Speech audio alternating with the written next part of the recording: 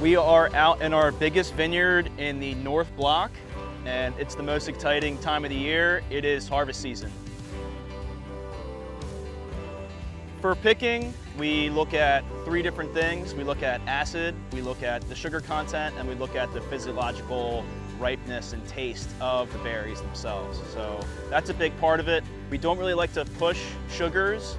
We like to pick on the acids and how the grapes taste themselves. You bump the sugars up and you get more alcohol. That's not a huge deal for us. We just like the wine to taste good, and for that to happen, the grapes gotta taste good. There is a time frame for which a grape can be harvested. Pick it early, it's gonna preserve more fresh flavor on it. You pick it later, it's gonna be more robust, it's gonna have higher tannin, higher sugars. So we like to be in the middle, we like to have a balanced wine, so we like to make sure the grapes have enough sugar.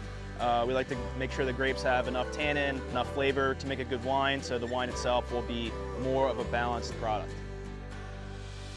At Cape May Winery, we handpick everything. You can be more surgical, and also you can sort the fruit out in the vineyard. You could scrape off the berries that you don't deem to be quality for your wine. If there's any green or unripe berries, you don't pick those, so it's less selective than a mechanical harvester, where mechanical harvesters do have some sort of sorter on them sometimes, but they're just overall less selective. So the biggest thing for us is going to be the rain. So right now it's beautiful, sunny, 75 degrees. That is optimal ripening temperature and weather, but the rain comes in, that could be an issue. The vines themselves will suck up the water, and the water will translocate to the clusters and dilute the grapes. So if a rain event happens, we got to give it 4 to 5 days to let the water kind of drain out of the plant and drain out of the berries themselves, so it gets back to a concentrated flavor.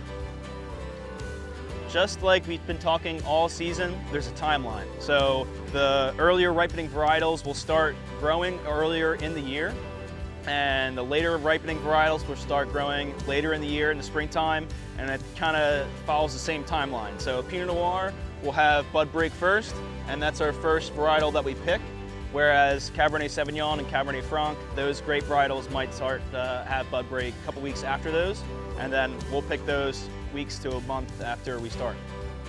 Laboratory analysis is very important.